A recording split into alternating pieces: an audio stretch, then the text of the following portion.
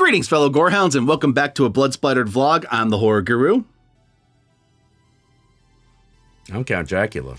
And he's Count Jackula, and today we're going to talk about The Outwaters, the latest found footage horror film that has been a bit of a sensation online, kind of like Skinamarink, and unfortunately, we're going to have to be the who did not enjoy it very much.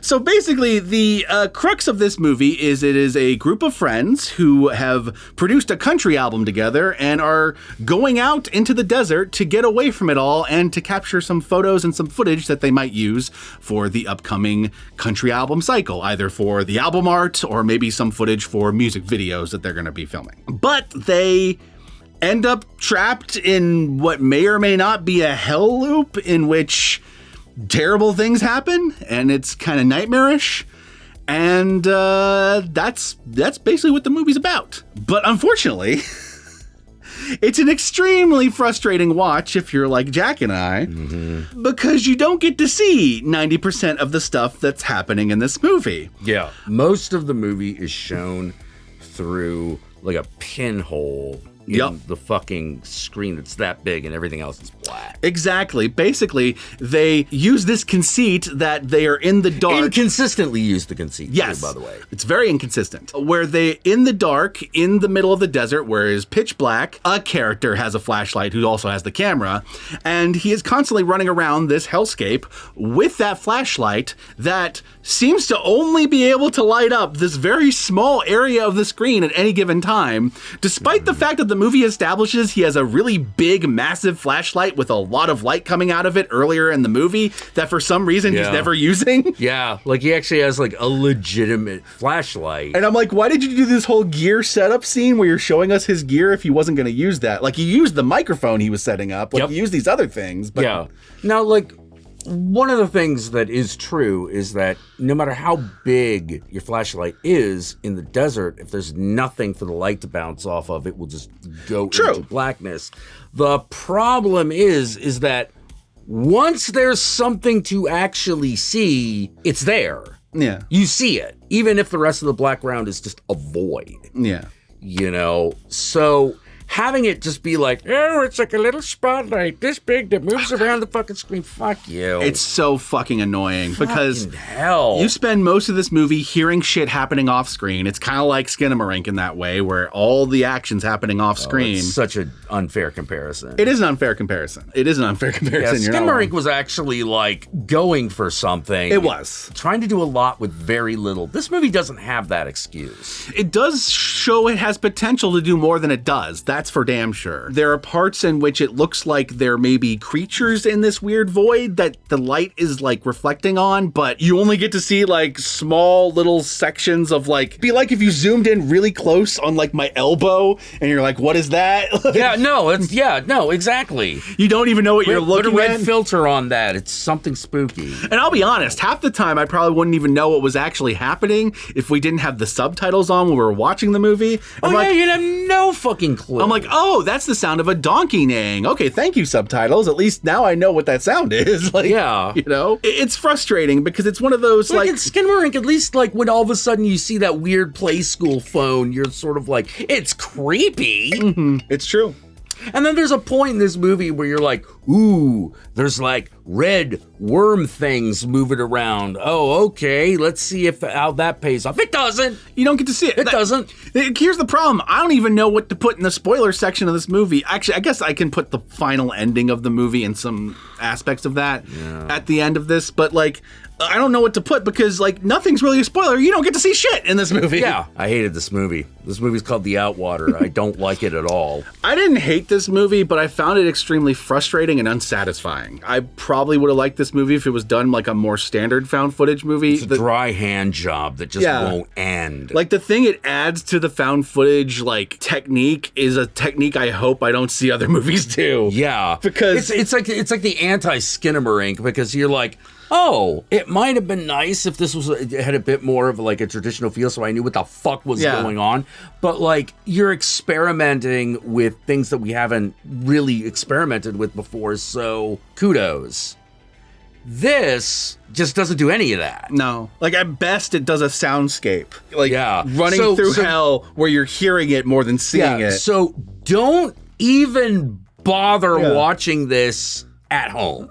Yeah. Don't even bother. Unless you have a surround sound system, then the best part of the movie isn't really gonna hit you very much. Like, we tried watching it just on our TV. We don't have surround sound. Yeah. And like the soundscape aspect just was boring to us because we didn't get to have the fucking surround sound fucking experience. Yeah, I was just sitting there like, And then when I was looking up people talking about the movie, they kept talking about the sound, and I'm just like, well, I'm sure that surround sound's great, but like, if I wanted to watch a soundscape, first off, I wouldn't watch a soundscape. I would just listen to it. Just listen to it. I would just download the podcast, but I'm here to watch a movie, you know? Yeah, If, okay, watching this movie is like watching an audiobook. I've seen people compare it to the Blair Witch Project, the original Blair Witch Project, because famously the Blair Witch Project, there's a lot left to your imagination, but the Blair Witch Project at least has things on screen. This is the same thing with Skinamarink. As much as I did not like the way Skinamarink told all of its story off screen, at least there was something on screen. Yeah, there is something to actually look at. You know, it might be just a corner of a room, but at least it's a corner of a room, you know? Yeah, and there's no point for it to do it this way other than, like, to kind of dick cheese out. Mm-hmm. You know, and like, the worst part is that because you have those segments where you can like see creatures, like a segment of a creature, like creature's elbow, like whatever it is. Yeah, you know that they have some cool effects that they probably could have shown. They got us. something going on, you know. So why aren't we seeing it? And for that matter, we've seen like movies that had very abstract monsters. Yeah. The best two were Resolution and The Endless. Oh, yeah. That is a super... I love those movies. Yeah, those movies are great. Yeah. It's a super abstract monster. And it also has another thing in common with this, that it did very well, but this movie didn't.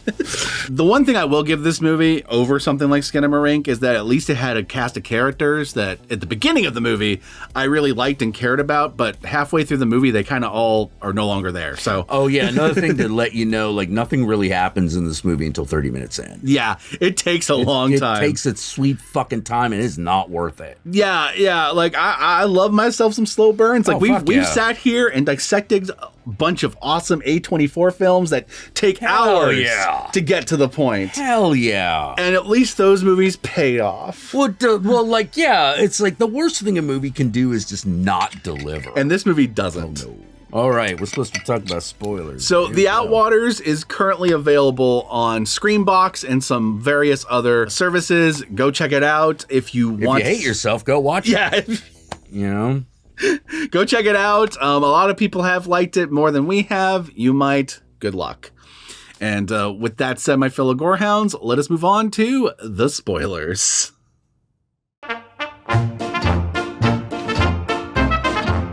Basically, about halfway through the movie, everyone dies in this slaughter that you don't get to see. Yeah. And you're left with the one main character running around with a camera with an injured head. So he's basically not all quite there and he's going crazy too. Yeah. And in a Lovecraftian sense, he's like losing his mind the further down this rabbit hole he goes. It would be nice if we got to see some of this rabbit hole, but that's neither here nor there. Like this whole movie reminded me of Monster a Go-Go, actually, where like the only way you can watch Monster a Go-Go is if you watch the MST3K cut. Fair, yeah. Because otherwise, there's just no fucking movie. Yeah. But there is this one point where this voiceover kind of happens out of nowhere and tells you all the shit that isn't on screen. Yeah. And all of a sudden, I think it's like Crow T Robot all of a sudden goes, "It might have been nice to show you that part with the monster, but trust us, it was true horror." Yeah. That's this movie all day, every day.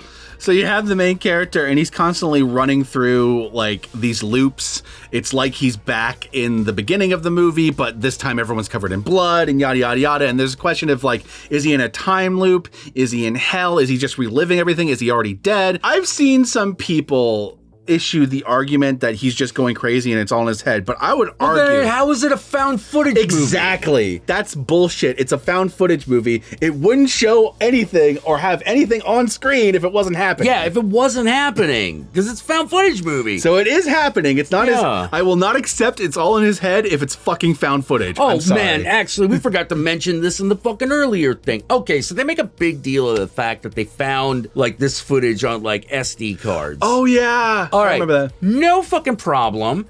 Got it. But then... They do that projector noise. Yeah, they do the projector noise and the fucking, like, oh, we're putting a tape in a machine sound. And I'm like, to open the movie. And I'm like, you found it on a video card. Yeah. Why did you bother to tell us that you found it on a fucking video card and then put the fucking tape cassette and fucking projector sound in? It's really stupid. Like...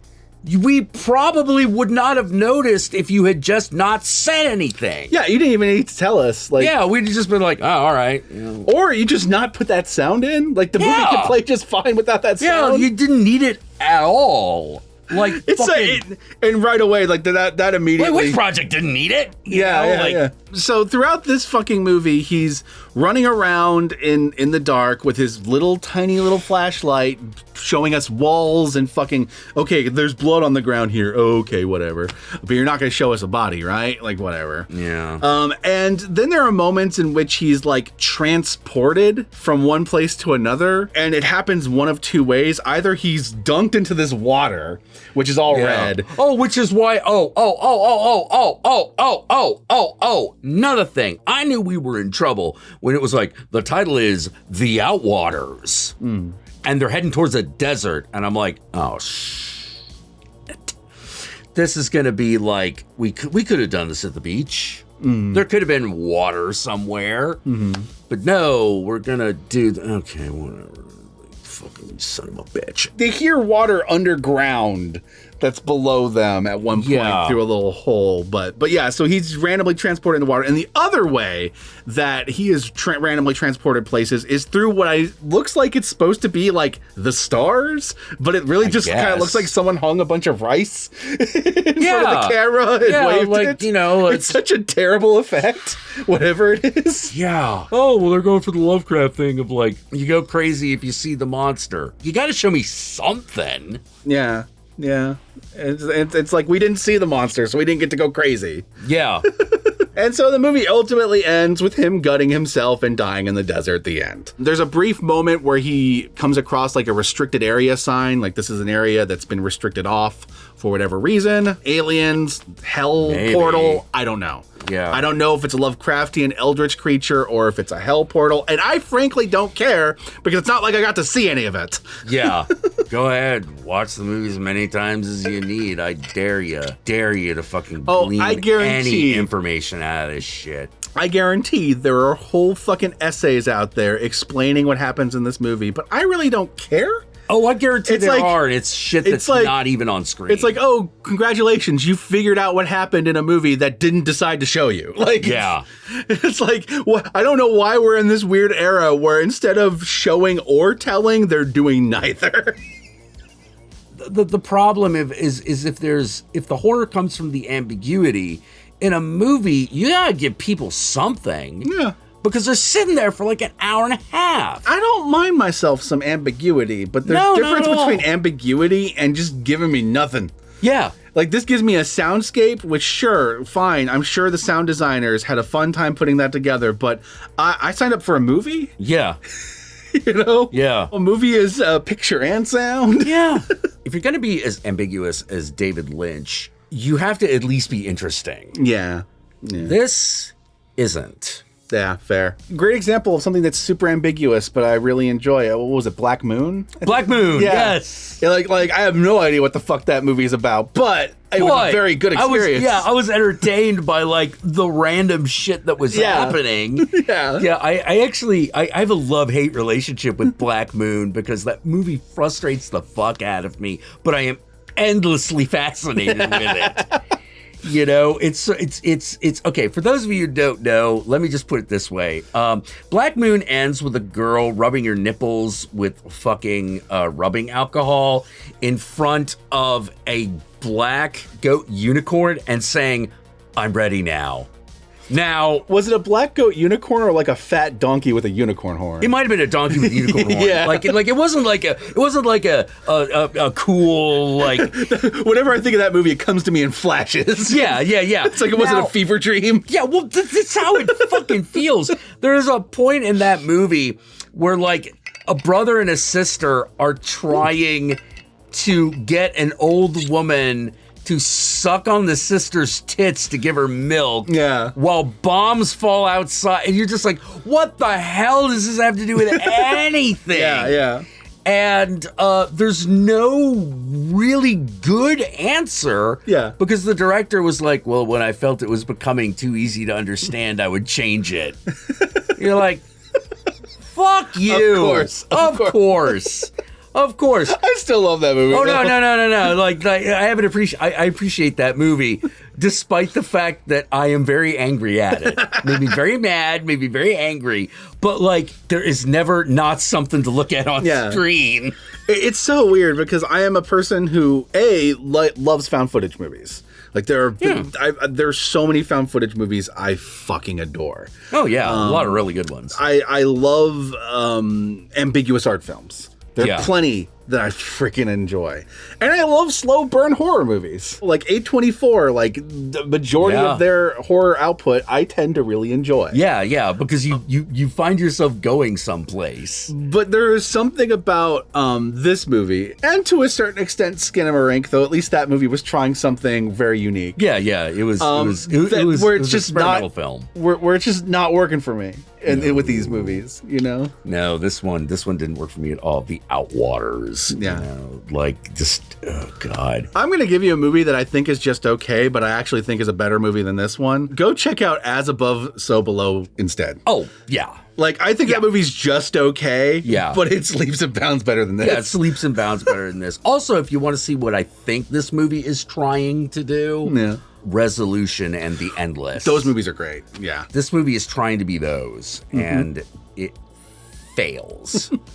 And with that said, my fellow Gorehounds. Yeah, you can find me on Twitch at @count_Jackula. You can also find me on Twitter at CountingJack. And you can also go to my Patreon and donate money. And now I feel sad because, like, this was not a good movie. It was not. But y'all know me. I'm the Horror Guru. You can find me at the Horror Guru on Twitter, on Twitch, on Instagram, and Facebook. Just look up the Horror Guru or Blood Splattered Cinema, and I'll be there. Be sure to like, comment, and subscribe, and don't forget to ring that notification bell so you're notified of my videos immediately upon their upload.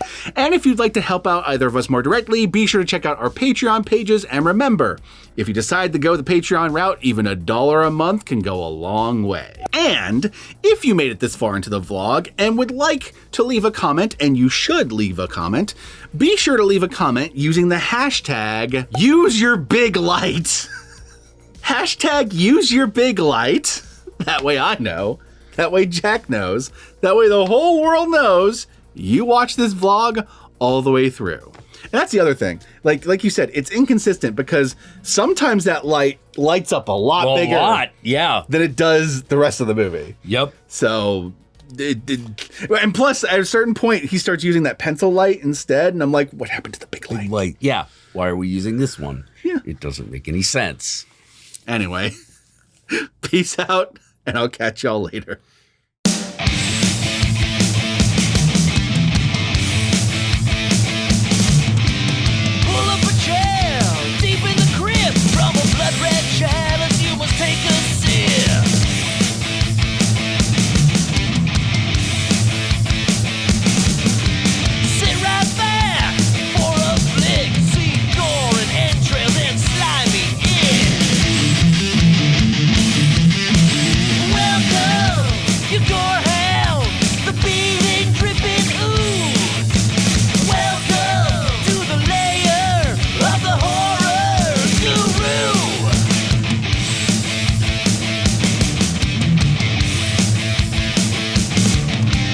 Watch real close.